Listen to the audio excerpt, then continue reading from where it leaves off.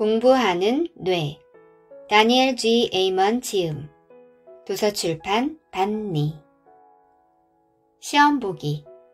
이제 할 일을 하고 좋은 성적을 내는 일만 남았다. 여기 시험을 치르는데 도움이 되는 일반적인 팁과 아울러 논술 문제와 객관식 문제를 푸는 팁을 소개한다. 일반적인 시험 보기 팁. 제일 먼저 시험지를 전체적으로 훑어보면서 문항의 개수와 유형을 확인하자. 그리고 질문마다 얼마의 시간을 할애할 수 있는지 판단하고 그에 따라 적절히 시간을 배분한다. 그 다음에는 시험 지침을 읽자. 이것이 얼마나 중요한지는 더 강조하지 않아도 알 것이다. 지침에는 해당 질문 중 몇 문제만 골라 풀어도 된다거나 2개의 논술 문제 중 하나만 골라 풀면 된다는 안내문이 들어있을지도 모른다. 자기가 아는 문제를 먼저 풀자. 확실히 모르겠다 싶은 문제는 옆에 표시를 해두었다가 나중에 돌아와 풀자. 뒤에서 푼 문제 중에 앞에서 못 풀었던 문제에 대한 귀중한 정보를 얻을 수 있음을 기억하자. 선생님이라면 과연 이 문제를 어떻게 풀었을지 생각하면서 문제를 풀자. 질문은 액면 그대로 받아들이자. 가끔 질문을 읽자마자 바로 정답을 알 수도 있지만 문제에 혹시 함정이 있지 않을까 의심을 하기도 한다. 그리고 다시 그 의심 역시 함정에 넘어가는 것이 아닐까 또 의심한다. 이렇게 악순환을 되풀이하다 보면 시간이 종료되고 펜을 내려놓으라는 선생님의 목소리가 들린다. 자신의 본능을 믿자. 마지막으로 시험을 빨리 끝내고 싶은 유혹과 싸우자. 시험을 빨리 마치는 학생과 가장 좋은 점수를 받은 학생 사이에는 아무 관계가 없다. 모든 질문에 자신의 능력을 100분 발휘했다는 만족감이 들 때까지 문제를 계속 풀자. 그래도 시간이 남으면 시험 지침을 다시 확인해 시험을 올바르게 마무리했는지 확인하자. 논술 문제와 단답형 문항을 푸는 팁. 논술 문제는 보통 풀기가 제일 어렵다. 사지선다형 문제처럼 선택 항목이 있어서 기억을 떠올리게 하는 것이 없으니 말이다. 이런 문제를 풀 때 다음 6가지 원칙을 따르면 문제 풀기가 훨씬 쉽다. 첫 번째, 질문을 천천히 읽으면서 핵심 단어나 구문에 밑줄을 긋자. 이렇게 하면 질문의 요지와 선생님이 원하는 정답의 유형을 판단할 수 있다. 그리고 답변의 길이 제한이 어떻게 되는지 신경 쓰자. 두 번째, 답을 쓰기 전에 질문에 나오는 단어와 체계를 이용해 답을 체계적으로 정리하자. 당신이 주장하는 서로 다른 요점들의 개요를 서술하고 도입 문장과 요약 문장을 집어넣자. 이렇게 하면 답이 사실만 나열한 목록처럼 보이는 것을 피할 수 있다. 세 번째, 일반적인 진술에서 시작한 다음 사실과 사례를 이용해 그 진술을 뒷받침하자. 그러면 체계적인 답을 쓰는데 도움이 된다.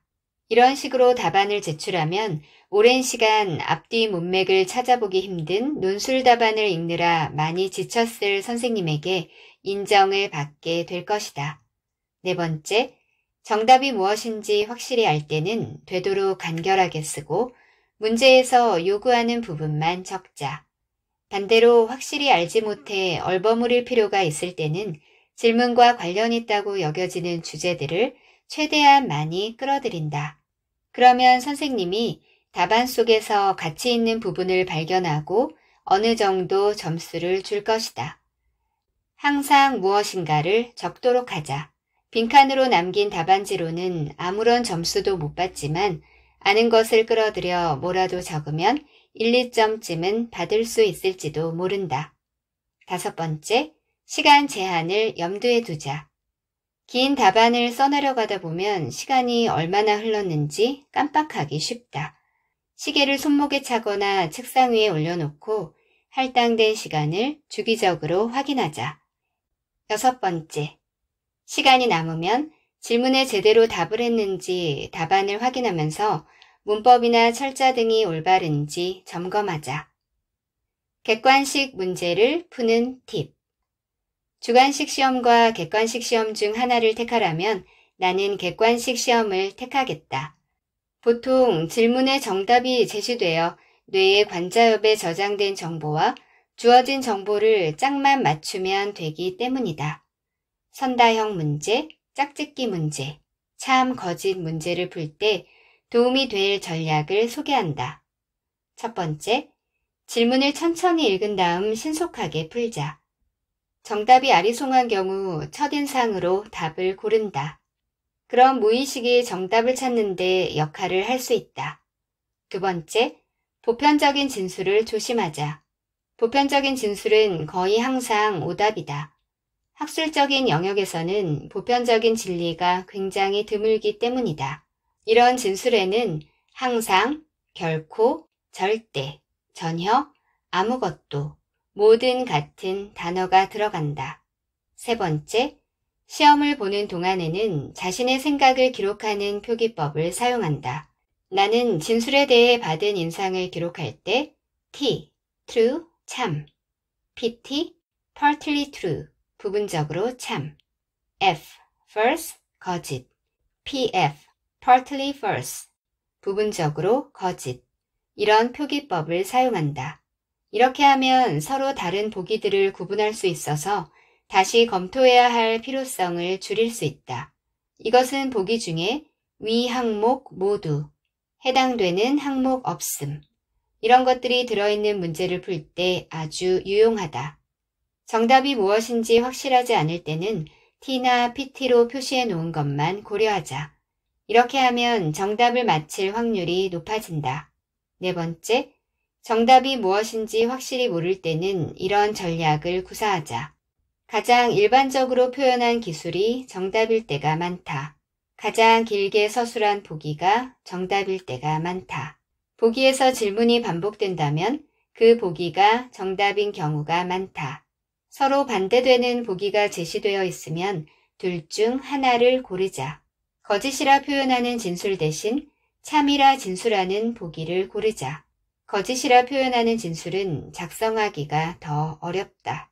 보기가 숫자인 경우 정답은 중간에 있는 값인 경우가 많다. 따라서 가장 높은 수와 가장 낮은 수는 배제하자. 그냥 아예 몰라서 번호를 찍어야 할 때는 전체적으로 같은 번호를 고르자. 보통 2번이나 3번 보기를 고르면 된다. 이것은 그냥 팁이지 엄격한 법칙이 아님을 기억하자. 지식이야말로 최고의 안내자다. 다섯 번째, 참 거짓 문항과 선다형 문제에서 정답의 패턴을 찾으려 들지 말자. 보통 정답이 패턴을 따라 고르게 분포되는 경우는 없다. 여섯 번째, 짝짓기 문제는 제거 과정을 이용하자. 자기가 아는 것끼리 먼저 짝을 짓는다. 이어 나머지 항목에서 골라 짝을 짓는다. 일곱 번째, 문제를 풀 때는 보기를 보기 전에 먼저 정답이 무엇인지 떠올려보자. 이렇게 하면 문제풀이에 편견이 들어가는 것을 막을 수 있다. 그리고 배점이 아주 높은 것이 아니면 어려운 문제는 마지막에 풀자. 이런 전략을 따른다면 점수가 크게 올라갈 것이다. 명심하자. 공부하는 기술도 있지만 시험에서 자기가 아는 것을 잘 전달하는 기술도 따로 있는 법이다. 시험 보기 전에 마음을 진정시키고 인지 기능을 끌어올리는 3가지 뇌 기반 요법. 호흡. 큰 시험을 앞두고 긴장감이나 불안이 느껴질 때마다 간단한 호흡법을 해보면 긴장을 푸는 데 도움이 된다. 심호흡은 뇌로 가는 산소를 증가시켜주기 때문에 머리를 맑게 하고 집중력을 높여준다. 그러면 시험을 볼 때도 도움이 될 것이다. 1번. 숨을 크게 들이마신다. 2번. 1초에서 2초간 멈춘다. 3번. 약 5초에 걸쳐 천천히 숨을 내뱉는다. 4번. 긴장이 더 풀리도록 10번쯤 반복한다. 명상이나 기도를 하자. 하루에 단 5분만이라도 명상이나 기도를 하면 시험 볼 때 도움이 되는 몇 가지 이득이 있는 것으로 밝혀졌다. 스트레스를 완화한다. 집중력을 높인다. 기분을 좋게 한다. 기억력을 향상시킨다. 앞 이마 겉질의 전체적인 기능을 강화한다. 집행 기능을 끌어올린다. 불안, 우울, 짜증을 줄여준다. 궁극의 뇌 기반 치료법. 자신의 감각을 이용하라. 뇌는 자기 주변 환경에 영향을 받는다. 시험을 보기 전에 더 나은 정신 상태에 들어갈 수 있게 감각 입력을 조절하자. 시각. 잠깐 시간을 내어 자연 사진이나 프랙탈 이미지, 자연에서 발견되는 끝없이 반복되는 패턴을 바라보자. 이런 이미지는 스트레스를 줄여주는 것으로 알려졌다. 청각. 음악은 마음을 진정시키고 집중력을 끌어올리고 기분을 좋게 하는 효과가 있다. 자기에게 맞는 음악 재생 목록을 만들어 놓고 시험 보러 갈 때 듣도록 하자. 촉각. 친구에게 안아달라고 해보자. 아주 간단한 행동이지만 뇌에서 기분을 좋게 만드는 신경 전달 물질인 옥시토신의 분비를 촉진한다. 이것은 스트레스 호르몬인 코르티솔과 노르에피네프린의 수치도 낮춰준다. 후각. 다양한 향기가 마음을 진정시키는 데 도움이 되는 것으로 알려져 있다. 예를 들면 라벤더, 장미기름, 캐모마일 등이 있다. 미각. 계피, 민트, 셀비어, 샤프란, 육두구 같은 것으로 맛을 낸 음식은 기분을 좋게 만들어주는 것으로 입증됐다. 시험을 본 후. 시험 성적이 매겨져 성적표가 나오면 당신은 할 일이 3가지 있다.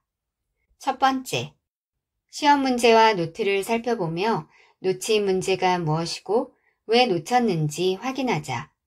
이것은 가슴 아프기는 하지만 학습에 큰 도움이 된다. 오프라 윈프리가 했던 말을 명심하자. 실패는 위대한 스승입니다. 실패의 마음을 열면 모든 실수에서 교훈을 배울 수 있습니다. 2번. 오답으로 체크되어 있지만 선생님이 제시한 정답에 동의하지 않는다면 선생님을 찾아가 문제를 제기하자. 알아둘 것이 있다.